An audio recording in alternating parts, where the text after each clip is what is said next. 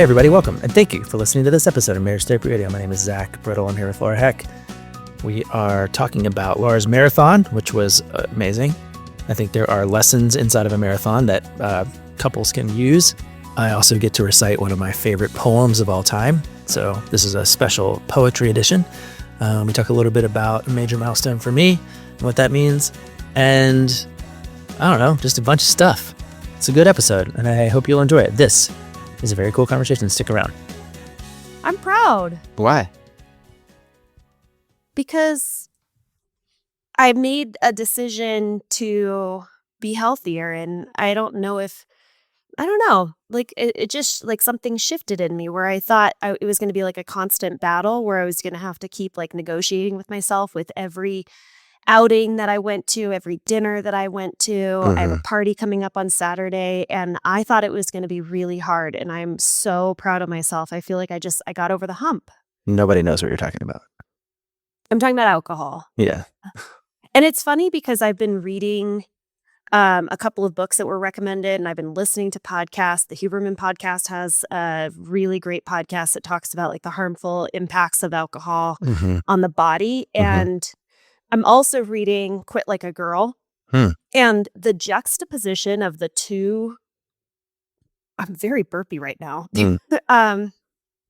It's just interesting to me because I can say like with full certainty that the book doesn't speak to me. Like my Which motivation or my why, how to quit like a girl. Or Yeah, because it talks a lot about like really, I would say like, I don't know how to describe it, just harmful drinking, harmful.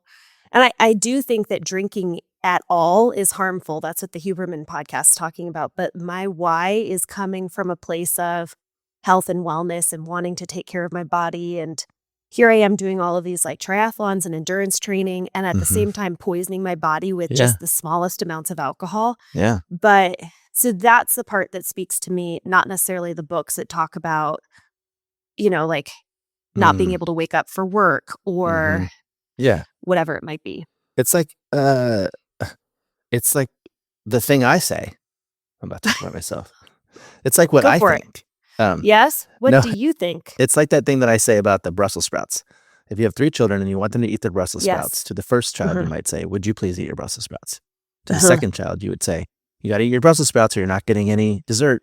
And the third child, you might say, I bet you can't eat 10 Brussels sprouts. And you do that not because you're manipulative or because you're, inauthentic. It's because you're a good parent and you understand like what makes people tick. And so for you, the way to get you to eat the Brussels sprouts is to go, it's really good for your body. Yep. Yeah.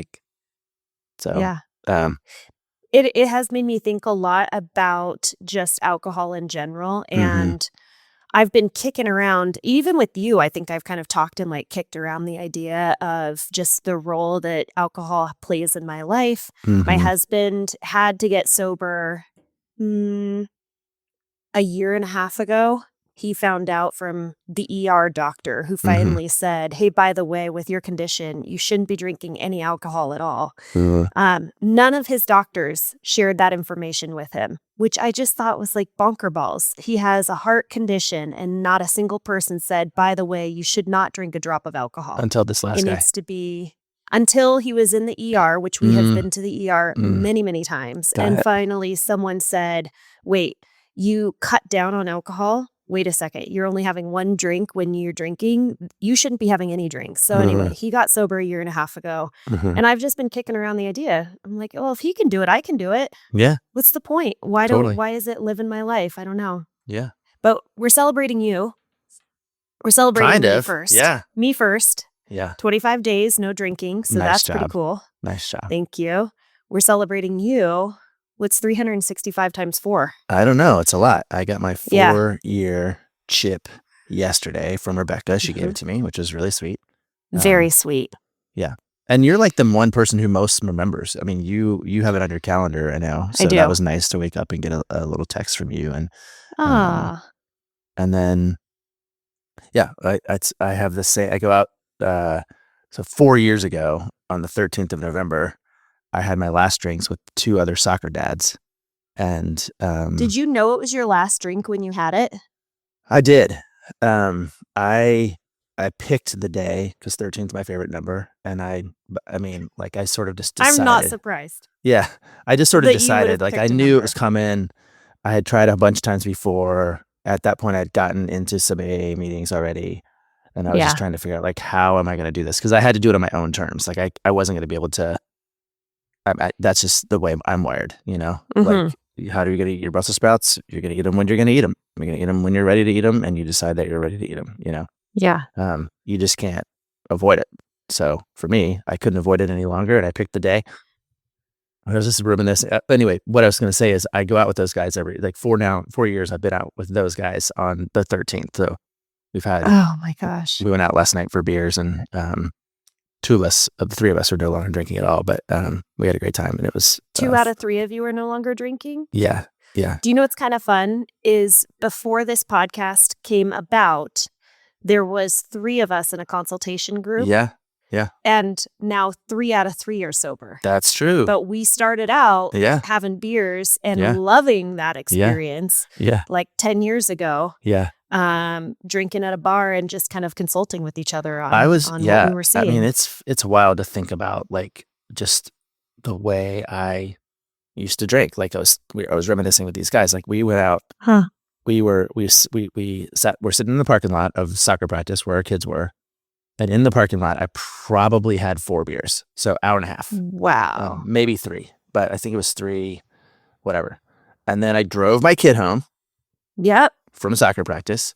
Yeah. And then I had the rest of that 6-pack that I had bought to hang out with those two. And when when midnight was rolling around, I was sort of halfway through the last one, and I dumped it out, and that was the end. So my last actual drink was like half a beer.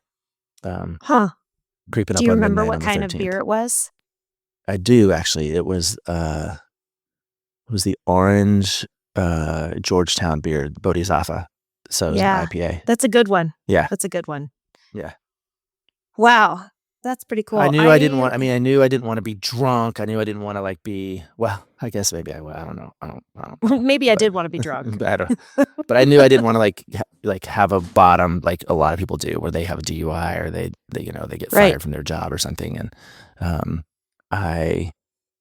I just poured it out, and that was it. That was it. Which was... So I know that this isn't like what we intended to talk about, but I want to ask you some questions. Yeah. Because you're at 4 years, I'm at 25 days, but I'm curious for you, like what were some of like the short term, what has been the impact? Like what do you notice is different in your life now of how I notice a difference. Like you have completely changed in my eyes as a partner and as a friend in the last 4 years. But what's changed for you? Yeah, I mean, what's crazy about that is I texted a friend last night, and I just sort of the same photo I showed you of my chip, and he was like, "It's only been 4 years. It feels like 27 years."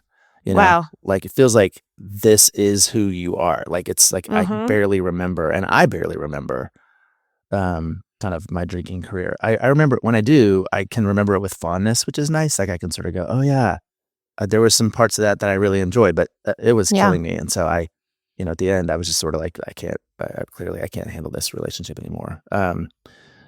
When you asked about sort of the impact, the sort of the first thing that I noticed, 4 years ago was that once I pulled all those carbs and sugar out of my diet, I had to replace them some other way.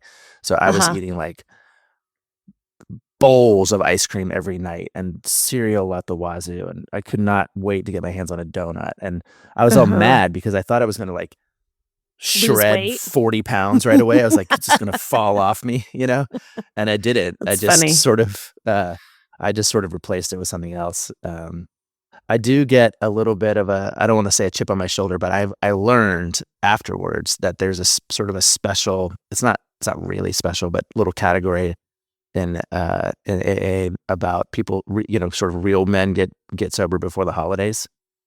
So like November 13th, because a lot of people quit on January 1st. Right, they're like, I'm gonna set, sure, because I need, because the hard work is going to Thanksgiving and Christmas and New Year's without drinking or doing drugs. Yeah, and Brene Brown talks about like kind of the first fucking thing, the first FFTs. That's what she calls it. Yeah, because she's sober. Yeah, a lot of people don't know that. Yeah, So, you're adding those up because you're like, oh, here comes the first Thanksgiving. Here's the first Christmas. Here's the first New Oh, Year's. the And, first fucking things. that's where Got you it. are. You're kind of in the I first am. going out to a fundraiser, the first maybe Thanksgiving, the first, and I think once you get over those humps, you can kind of see the path, which was really nice. Um, Yeah. I don't think it takes a year to see the path, but like once you get over that, it's sort of like, oh, I can do this. Yeah. And now I just kind of do it.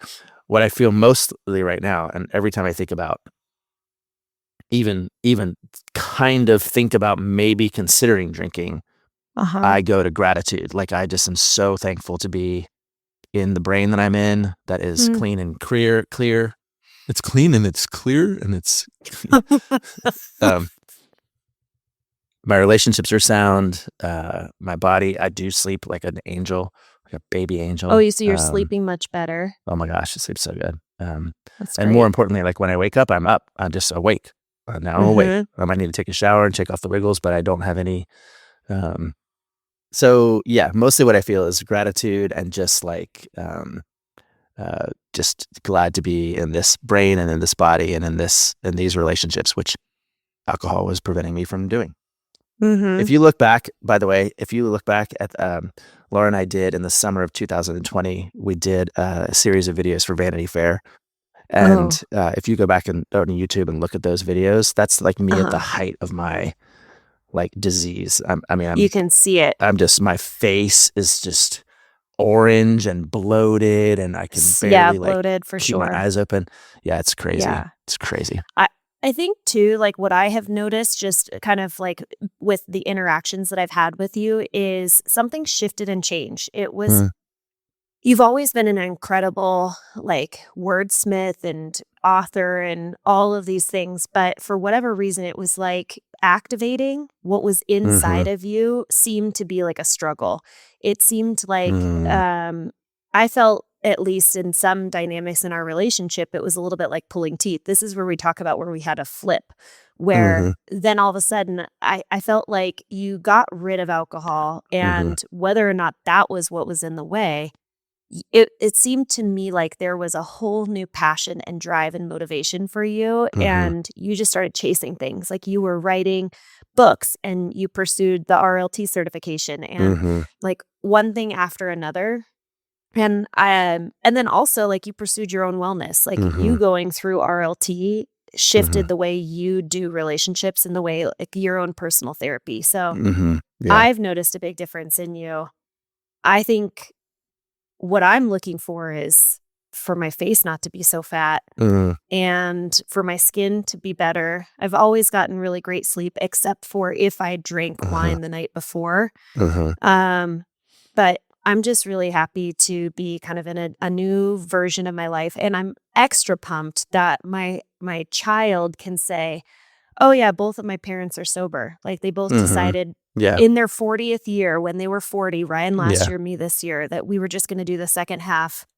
I had a client call it the back nine, which I really liked. We're just going to do the back nine of our lives sober. And so, yeah, I know like, that wasn't what we intended to talk about today, but well, yeah, I actually want to talk about something. I want to talk about you for a little while. So, but I want to say this first because I am aware that you and I have a platform and people care what we think. And this is our first episode after the election. And I just want to speak to one piece of that, which is, I got sober 4 years ago, kind of the week after Joe Biden was elected. And we kind of like, it was not, I wouldn't say it was intentionally timed, but like I definitely had an experience of feeling hopeless and angry and upset all the time because of the prior administration, Trump's first election. So when I got sober, I did two things. I put alcohol behind me, but I put that kind of, I put him behind me and his energy behind me. So for me, this last week's been kind of wild because I've had to work my recovery a lot harder than I ever have before. Like, not from alcohol. I haven't thought about one time about drinking, but to have this administration come back in to my life and to our lives and to this country and this culture has made me kind of have to really rethink, like, what am I about? What am I going to aim for? And it has to be relational integrity. It has to be peace and patience and kindness and all of the things that I wasn't showing primarily to myself, but also to others. Mm-hmm. And so, I don't have too much to say about kind of the politics of it all, but just personally, I hope that we can all find something that looks like joy and hope and connection and relationality in this new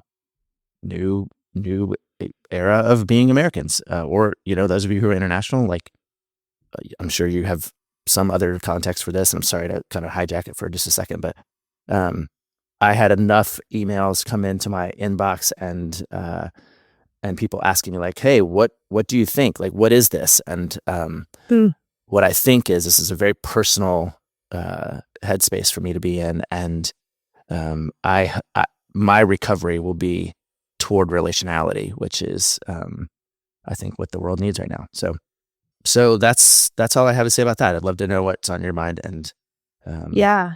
then I want to ask you a bunch of questions. Okay. Well, it's like we're just interviewing each other today. Let's Well, talk you about had, ourselves. listen, I had a major milestone and I'm grateful that you asked me about It's it, but true. you had one. So I want to get to it. It's true. Yeah. Well, okay. I just want to go back to this whole idea of what are you going to do in this space of maybe feeling disconnected, maybe feeling a little blue. And I saw the coolest thing. I'm trying really hard not to be on Instagram, but if it's on my phone, I will scroll. And the hard part is that there are really some really lovely things to see on Instagram. The problem is that I have a hard time regulating. I go to Instagram as a dopamine hit, and that's actually the next thing I'm taking on is a little bit of a dopamine purge of looking at my relationship with like Netflix, my relationship with social media, how I can get rid of all of these little ways in which I'm reaching for my phone. I'm pretty addicted to my phone, so I'm going to be working on that. Yeah. Anyway, I saw the coolest thing. It's two trans men in a relationship. They started off in a relationship as two lesbian women. Now they're two trans men in a relationship. And they're having a really hard time with the election. Yeah. And what they decided to do is to take a bunch of paint to a local to a local coffee shop. That's what it was. And the coffee shop has a bunch of stones, like rocks, river rocks, kind of surrounding the area. And they asked for permission if they could allow their patrons to paint a rock, and the rock would be a message of hope or whatever. And they just posted up for a day, and they had people come and paint on the rocks messages of hope. And I looked at that and I was like, man, that is so cool to use your energy to be able to lift other people up when you're feeling down. And I think about that too, of like, what's the best way to get out of your own way, out of your own funk, is to be a light for someone else, whatever that might look like. And so they turned to art, which is something that they are really interested in. And I think that it probably lifted other people up, that they were able to write messages of hope and paint. So I was just thinking about, what are the things the tools that we have, the resources, what can we lean on rather than old coping mechanisms that just don't serve us any longer, new coping mechanisms. And how do you, like you said, the word relational, and I thought about that their choice of wallowing and healing at the same time was to include others. And I just really appreciated that coping mechanism. Yeah. Well, not to bring it, I guess to put a little bit of a bow on it, like the 12 steps that are part of AA, the 12th step is returning back and being of service to others. Like part of how you come into that is you're like, I'm powerless. I can't do anything. And then you end up at this 12th step going, I do have some power. And the power I have is to help my neighbor. The power I have is to help the other person, And so interesting. I think that's cool that they seized it. I mean, we have a choice about what we allow to have power over us. And again, I've had to work really hard to make sure I don't yield that to something that I don't respect or admire. So, and here we are. This is the world we live in. This is what we're doing now. So we got to do that. I will, just to put a little bit of a cap on this, is that I decided that, okay, I did something hard and I'm going to give myself a full 30 days. And then once I get to the 30-day mark, yes, I'm going to continue being sober. I was thinking that maybe you're thinking I was going to, now I'm going to have a drink. I proved to myself I can do it. No. Yeah. So yes, I'll continue to be sober, but what I learned is you can do hard things. So what's the next hard thing? And I've talked about this in the past, especially around New Year's, is the idea of not just having one resolution, but maybe 12 resolutions that you work through one a month. Yeah. And I read somewhere that it takes, maybe 4 weeks or 28 days. I mean, there's like all sorts of numbers thrown out there to be able to kind of like develop a habit. And if my habit of not drinking is sort of solid, I can move on to the next habit, which is breaking my dopamine addiction to my phone and all the things that my phone has. Yeah, why not? Today's episode is brought to you by BetterHelp. This month is all about gratitude, and today I have gratitude for the wolf pack of women that I've created around me that come in and out of my life to celebrate the wins and sit with me through the struggles. The last 2 years have been a lot of ups and downs, so today I'm saying thank you to my wolf pack. And if you too have had some setbacks and are looking for some guidance, tools, or maybe just an empathic ear, give BetterHelp a try. It's entirely online, designed to be convenient, flexible, and suited to your schedule. Just fill out a brief questionnaire to get matched with a licensed therapist and switch at any point for no additional charge. Let the gratitude flow with BetterHelp. Visit betterhelp.com/marriagetherapy today to get 10% off of your first month. That's BetterHelp, HELP.com/marriagetherapy. You had questions for me, sir? Well, you ran the New York Marathon. Have we not done a podcast since then? No, we didn't. I mean, we had to front load a bunch. We taught. And we were teaching last week. Yes, that's right. Which was cool. I thought we knocked that out of the park. That was actually pretty great. Maybe our best one. Great. I felt like. Really? Yeah. Okay. I mean, well, that's fantastic.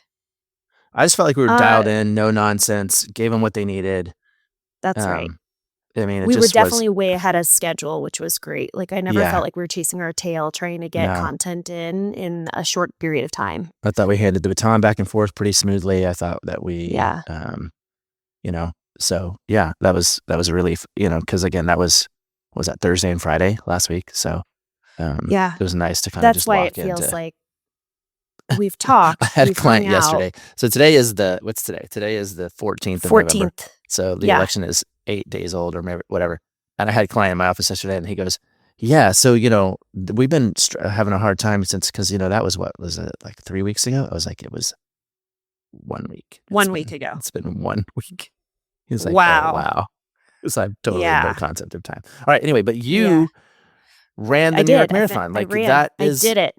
Yeah. I started it and I finished it. Yeah, I mean, that's a big deal. I remember I ran my first marathon. I felt like I had checked off a box that like very few people check off and that they get to celebrate. I don't think I could ever do it again because I did it when I was 23 or something and I had legs for days. That's where. But yeah, what was it like? Tell me about your run. Yeah. I just have to say, like, when you say I don't think I could ever do it again, that's where my brain goes, oh, no, you totally could. 100%. I think your body can do it. Going to the marathon, and maybe it's just where I was seated. So actually, let me just kind of set this context. There were 4 of us that trained. We're all girlfriends. You have met Becky. You've met Ellie. You haven't met Carrie yet.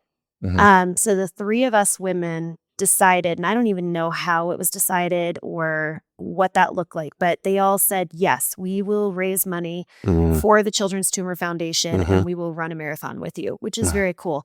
Now, I was the newbie. Everybody else had run at least 1 or 3 marathons before. So I was a little bit of the wild card. And so anyway, we did some training. We trained separately. We trained together. I will tell you that 3 out of 4 of us did not do kind of what is recommended. As a runner running a marathon, it's recommended that you do at least one 20-mile run that helps you to what they call break the wall. Yeah. Kind of get up and over the hump of, okay, I know that I can hit 20 miles. Once you get to 20 miles, it's a little bit of like, it's downhill from here, right? You're kind of just like trying to get to 26. It's funny though, I did run 27 miles instead of 26.2 because apparently I'm a zigzagger. And over the course of 26 miles, Over the zigzagging race, back yeah. and forth, Yeah. over the race, I added on an extra mile, which was That's kind of fun. insane. Can you have I that from know. like Strava or something? Yeah. Yeah. Yeah. That's bonkers. I remember, I know. I remember when I was swimming a lot, I used to swim this event out of Alcatraz. So you swim from Alcatraz Yeah. into San Shut Francisco up. Harbor. You did Alcatraz? I did it 5 times. Oh my gosh, that's so cool. Anyway, That's scary though. the second time I did it, I trained, my body was like so ready. I was in like best shape of my life, but I forgot, I didn't forget, but I failed to train in sight swimming, like swimming by sight. Right. So my time was horrendous because I swam like zigzag all the way through the harbor. Yeah. So the last time I did it, which is like, I was like, okay, I've got to get my goal.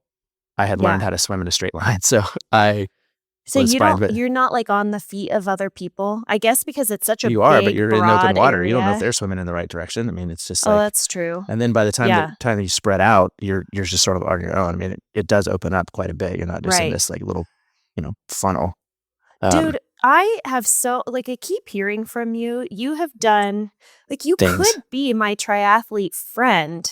Yeah. You've done a marathon. Did you run the Boston? Am I making that up? Which marathon No, was I ran it? New York I ran Marine Corps Marathon twice. Okay, Marine Corps Marathon. You've done STP, which is a 200-mile bike ride. You have swam Alcatraz. Like, you've got really cool stuff under your belt. And here I declare I did myself STP and RSVP in the same year. Yep. So I rode from Seattle to Portland and from Seattle to Vancouver, BC in the same year. So I rode Super the whole cool. length of Washington. Yeah, I mean, I like checking things off, but I don't really feel like I feel like it's more like a novelty thing that I do than an athletic thing. You don't that I do. embody the idea of like, I am an athlete. No. And I mean, I do in some ways, but like, it's not like I've heard you say many times, I am an endurance athlete. And I'm like, oh, okay, cool. I never took that on. I just was like, oh, here's what it is too.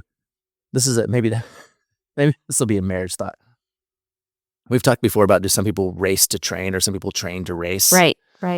I race to train. So I pick a race. Me too. And then that gives me some motivation to like work out for 9 months or whatever it is. Yeah. And then other people are like, I got races. I got to train. So I can get faster and faster and faster. So yeah. Nope. That is 100% what I do as well. Like, if the event got canceled, I would be like, nuts. I mean, but at least I got all this training in. Yeah, in some ways, I don't even really want to do the event. Like, I'm kind of standing there getting ready to get in the water to do a half Ironman. I'm like, I don't want to do this. Other people are amped. They are so pumped. Yeah. So, okay, the New York Marathon. We, so we left our hotel. We were benefited by the fact that it was daylight savings time. So we got an extra hour. Every race I've ever done starts at like 6 to 7 a.m. Super early. You have to get up early. We have to make our way from Chelsea to Staten Island. In order to do that, we had to take the subway, then we had to take the ferry, and then we had to take buses. And the entire experience of when we left the hotel at 7:30, we didn't start running until 4 hours later, 11:30. Oh, man. But it was just a process to like get there. Yeah. It's a lot of like sit and wait. It's a lot of being in crowds. But by the time we started the race, we were all the way back. Like, we started at 11:30, and I think that the first runners started off at 9 a.m. And they probably finished by 11:30. Oh, yeah, exactly. Yeah, the sub 3. But that meant that everyone who was starting at 11:30 had said, we think we're going to be running, let's just say like a 12-minute mile. When you did your marathon, do you remember what your pace was? I mean, I trained both times to run it in under 4. So I don't know what that is. It's a 9 to 9:10 minute mile. Yeah. So I trained both times to run under 4. Heart. The first one I didn't make it. That's the one I ran with Oprah. And the second one I did make under 4. So yeah. That's the ultimate goal for me. But I ran this marathon. This is the best part. So New York Marathon, I finished at 5:25. My goal is to run London or Chicago, which I'm signed up for both of them. Mhm. And I want to do a sub 4. Like Mhm. I won't be able to stop running marathons until I get to a sub 4. Mhm. So that's a huge difference. That's an hour and 25.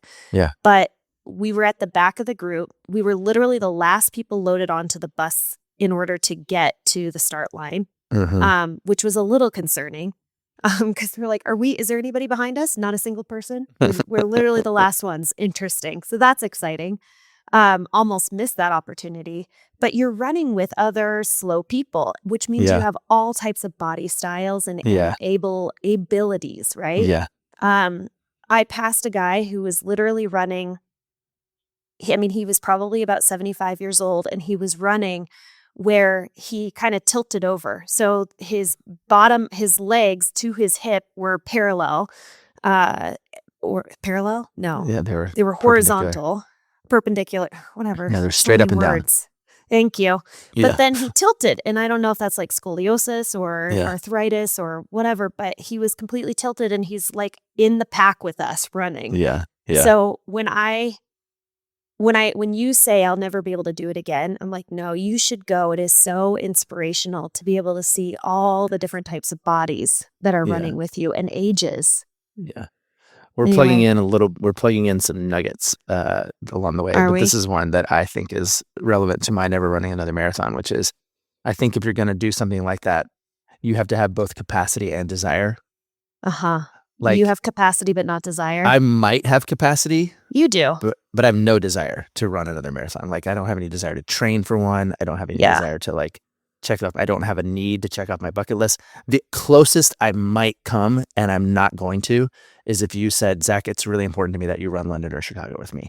I might begin to think about that, but I don't think I would get there. Like, So maybe the other equivalent, without infantilizing you, would be if somehow Mary or Abby said, "Hey, Dad, I want to run a marathon. Would you run it with me?" I think I would do it for someone else. But I don't think I would ever do it for myself. Yeah. Well, my goal now is doing these majors. I have a list. There's 6 majors: New York, London, Chicago, Berlin, Boston, Tokyo. And I signed up for the lottery for Chicago. I'll find out in December. Holy moly, like that, it is a long shot. I am not anticipating getting into Chicago. And I don't know how they do the lottery. If they're like, it's just another white, 40-year-old woman. Nope, we don't want her to run. Let's move on. We're going to take the Kenyan. We're going to take whatever. It's going to come in and run this race. Yeah. But I did apply for the Chicago lottery, and I'm signed up to run for the charity in London in 2026. Knowing that we raised London, we raised 27,000. No, that's Joey from Friends. In London, I think Monica and Chandler hooked up in London, and so the quote. I was like, I've seen every episode. I don't know how I don't know that reference. So, hey, can I read you a poem? Hold on. Let me finish my thought. Sorry. 27,000 was raised. A lot of that money came, I forget how much I had. I think I personally raised like 17. A lot of it came from people, names I don't know, because listeners were donating, which is amazing. So I'm going to give myself the big goal to raise over, doesn't even matter, there's no time limit, but $100,000 by doing these endurance sports for the Children's Tumor Foundation. Yeah. Now I'm passing the talking stick. Okay, I want to read you a poem because this is one of my favorite poems, and I don't know if I've ever read it on the podcast, but it's called... Literally, my brain like turns off when people say, I want to read you a poem, or, hey, let's take a look at this map. My brain just goes, no, thank you. This is called Strategy for a Marathon. Okay. And it's by a woman named Marnie Mueller. Strategy for a Marathon. I love this poem so much. I will start when the gun goes off. I will run for 5 miles. Feeling good, I will run to the 10th mile. At the 10th, I will say, only 3 more to the halfway. At the halfway mark, 13.1 miles, I will know that 15 is in reach. At 15 miles, I will say, you've run 20 before, keep going. At 20, I will say, run home. That's it? That's the whole poem. I was 100% waiting for this to be like, and then I crapped my shorts, and then I stepped in gum, and then I No. ran out of nutrition. No, I think Oh, that would not be among my favorite poems. The one that's not about one of your pooping favorite your poems. pants. Oh my gosh. I had a guy, so I was in Philadelphia last week and I was teaching the boot camp, and this guy introduced Yeah. himself and he said something kind of crass actually, about how he was having a great day because he took a nice, Oh boy. yeah. I was like, Yeah. man, Wow. talk about In boundaryless front of in front of everybody? everybody. But then Yeah. I said, man, poop jokes are just not my favorite. They're number 2. That's pretty funny. Anyway, I Speaking got of to poop unleash a dad jokes. joke in real life. No, I love that poem because it really does speak to, like, sometimes you're not running a marathon. You're just running to, like, the 5th 3 mile. miles. Yep. And then you're running to 10, and then you're running to Yep. halfway. And, it's kind of honestly the way I'm thinking about how to approach emotionally and mentally the next 4 years or so. You're like, all right, let's just get to the holidays. Let's get to, next spring. Let's get to graduating the girls. Let's get to, and not be overwhelmed by the, oh my God, how do we get to 26.2? Yeah. It's really just, narrowing or boiling these things down to little chunks. And if we take it into like a marriage context, one of my least favorite things that people say about a marriage is that it's a marathon, not a sprint. Right. I think it's neither. It's just running, right? It's just running until you die or until you divorce, Yeah. But I do think that there's some wisdom in the idea that we have to chunk this thing out. We have to phase it out. The phase that you're in right now is gonna, like, you keep running and it passes, So I think you have to train, and I think you have to stay on focus. I think you have to run in a straight line. That will help you not run 27 miles Yeah. and you only have to run 26.2. But Yeah. but yeah, I think we just got to keep running, and but I do love that poem because it does invite this sort of chunking it out sort of hopefulness. Wherein at the end, you're just running home. You get to 20 and you're like, let's go home. I was talking to a couple the other day where they're in a really hard place and just, like one of them is really struggling with mental health. And what it's requiring is that the other partner who is not struggling feels like they're kind of losing themselves a little bit. Like they're really unable to do a lot of the things that they once enjoyed because they are taking care of their partner who is really struggling. And we talked about it being a phase. I was like, this is not going to be forever. Like you not being able to go out and be independent and do your own thing. I have another couple who's really struggling with an adolescent teenager. I know An that adolescent story. teenager. That's okay. Yeah, I know. It's redundant, huh? That's from the Department of Redundancy Department.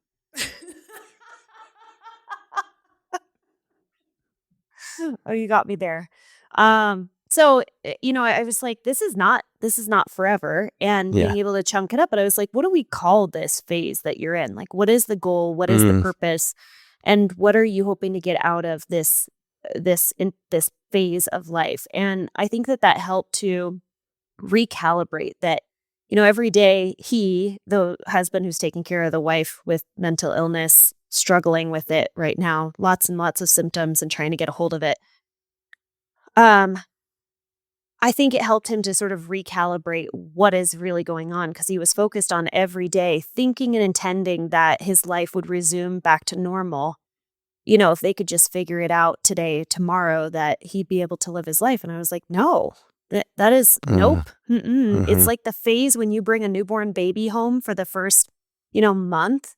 Your life is turned absolutely upside down. 24 hours means nothing to you. You're sleeping when you can. You're definitely not sleeping when the baby is, when you used to be sleeping in the middle of the night. But what do you call this? And how do you find new goals or new intentions? And maybe it's like, oh, well, we just brought the baby home. My intention is to connect with the baby, not to get sleep, not to hang out with my friends, not to go out on, dinner dates with my partner. But I like the idea of chunking it up, calling the phase what it is, understanding what the purpose is. Yeah, the New York Marathon's pretty flat, right? Like it doesn't Very flat. very, very flat. Yeah, sometimes when I talk about this too, I talk about like there are parts of your run, and there definitely were in the New York Marathon that were like definitely the harder part. It was up a hill for a while, or it was out on a Yeah. peninsula where there were not a lot of fans or something like, and Yeah. you change the way you run in those places, right? Like you change the way, like you run a little slower, or a little bit more Yeah. grace when you're going uphill, or you have to kind of rely on yourself more when there are less people cheering for you, or like, but again, those things they do pass. Yeah. What Rebecca tells me, or she tells the kids all the time, just remember your track record for making it through very, very hard days is 100%. It's true. It's like, You have thanks, always made Mom. it through. Yeah. Yeah. Thanks, Mom. Yeah, there's a couple of spots in the New York Marathon. One, it's all flat. I think I'm just used to racing in Bend, which is very hilly. Yeah. And I'm also used to racing trail, doing trail races. And that's also really difficult because you are stepping up and over rocks and stumps, and your feet are getting all these little micro adjustments. It's a little more exhausting. So the New York Marathon felt easy in the sense that it was flat. And as you go over the bridges, there are the bridges are the hills. There's no other times during the course, I think, that where there aren't really like, it's just a very flat course. So during the bridges, it's quiet. There are no spectators, and it's the hill. And there are also no aid stations. So you can't use the restroom. You can't. So it really is one of those things where you're like, okay, it's just 2 miles. You got to do it. And at one point, I don't know whose idea it was. One of the girls, I mean, you're running and you can hear everybody around you breathing. You can't hear that at any other point because there's so much chaos going on when you have people cheering. That's interesting. So my girlfriend pulled her phone out. She pulled out a song by Madonna. It's like a little prayer down on my knees. So we're all singing the song, the four of us, like crazy people. And the funny part is Like a that prayer, nobody, like a prayer, nobody is acknowledging us because everybody's in their own little silent pain cave. Yeah. Like they have their headphones in. Yeah. Or they just don't have the capacity at that point to like, oh, you girls are crazy. Look how cute you are. Cave. They were in their pain cave. Yeah. Oh, well, high five to you. And to you. Thank you. I think that's cool. We're doing good stuff. I'm trying to find the video of us singing. Oh, here it is. I'm down on my knees.